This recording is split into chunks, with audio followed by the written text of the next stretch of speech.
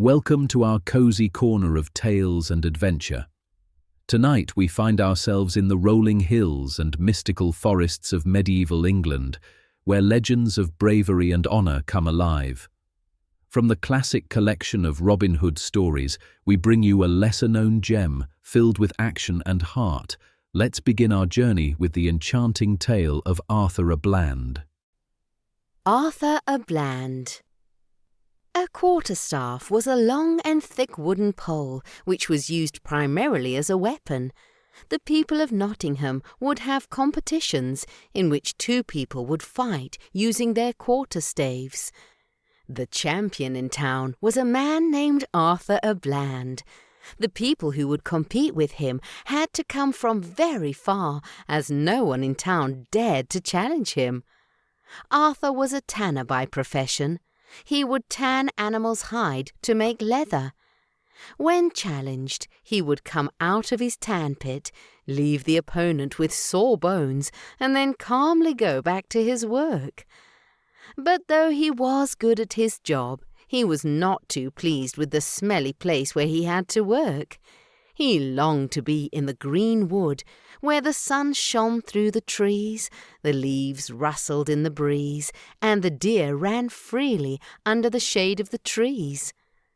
So one day he decided to leave his work aside and enjoy the clean, fresh air of the forest. So he took his bow and arrow and his beloved quarterstaff and made his way deep into the Sherwood Forest. It was a warm, sunny day as Arthur spent more than 3 hours walking into the forest. He was soon tired and decided to rest on the mossy ground beneath some hazel shrubs. A beautiful sight then greeted him. A herd of spotted deer was slowly moving through a glade a little distance away. A noble-looking stag majestically led the herd. Arthur's finger itched to get a good shot at the handsome deer. He put an arrow to his bow and, bending low, crept towards the deer. Hidden behind some bushes, Robin Hood watched Arthur's movements. At first, he thought it was one of his own men, but realized that the man was not dressed in woodland green like them. He then checked to see if he was a forester, but decided he was not. After leading his band of men, Robin now considered himself the lord of Sherwood Forest, and that the deer were as much his as the king's. So he stepped forward boldly and called out, saying, "Hey, who are you who dares poach in the Sherwood Forest? You have the looks of a common thief." Arthur lost his concentration and looked angrily at Robin. He knew all the foresters well, and he was not scared of anyone else. He looked Robin in the eye and arrogantly asked, "Who are you who dares to spoil my shot to ask such questions?" "I am the one who rules this forest and takes care of the deer for the king and myself. I have to stop you from going deeper into the forest," replied Robin.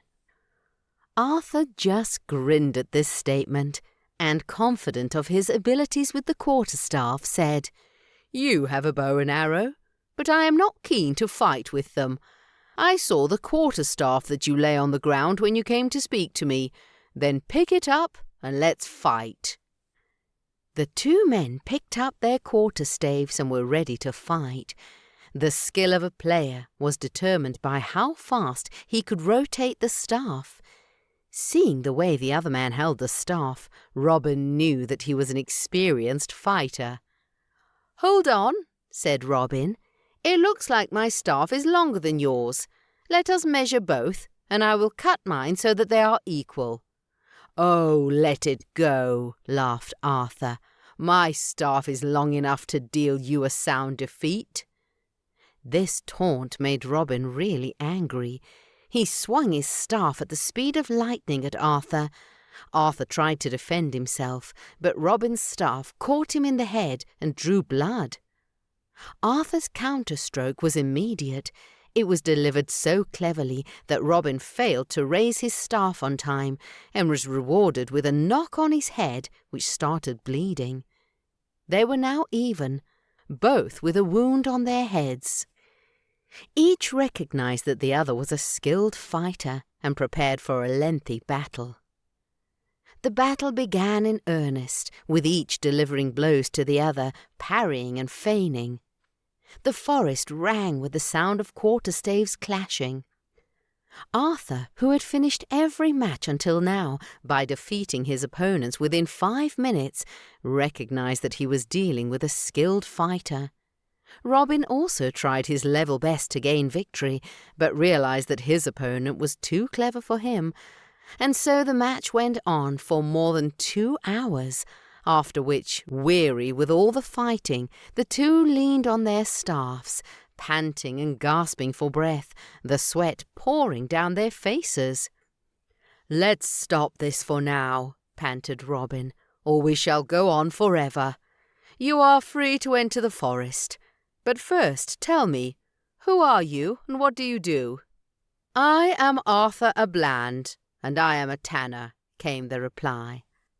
Robin, who would never let a skilled fighter go without inviting him to join his band, said, "Leave your tanning behind, and come live with me and my men. I have never seen a better fighter with a quarterstaff after my man Little John." "Little John is your man? Does that mean you are his master, Robin Hood?" asked Arthur eagerly. "Indeed I am," replied Robin proudly. "Then I am honoured to join your lofty company," said Arthur. They both shook hands, and Robin Hood welcomed him into his band. "I would like to meet Little John," said Arthur, "for he is my relative, and I have not seen him in a long time." Robin put his horn to his mouth and let out a shrill blast. Within no time, a tall, powerfully built man came rushing through the trees. Seeing Robin's bloody face, Little John was shocked and upset. "Who is it? Who did this to you, master? Is it this man who is standing in front of us? Say the word and I shall beat him to a pulp," cried out Little John. "No, no," said Robin. "We have seen enough fighting on this day. This man is a skilled fighter with the quarterstaff, and he also claims to be from your village." A surprised Little John peered closely into the other man's face and was overjoyed when he recognized him. "My cousin, Arthur a Bland," exclaimed Little John, "the best quarterstaff fighter in the whole of Nottingham." They both hugged joyously, happy to see each other, and the day ended on a good note as they walked to the outlaw's hideout with Robin Hood, eager to introduce the new recruit to his followers. As we conclude the tale of Arthur a Bland, remember that even the most unlikely heroes can make a difference with courage and determination. Download the Storywaves app from Apple or Android app stores to explore more stories from the Robin Hood collection and cultures around the world. A Storywaves subscription costs less than $1 a month, making it one of the most affordable ways to bring quality stories to your family. All new stories are available on the Storywaves app, and the most exciting content is only available on the app. Subscribe to our YouTube channel and follow Storywaves on Instagram, TikTok, and Spotify for updates on upcoming content. Thank you warmly for watching.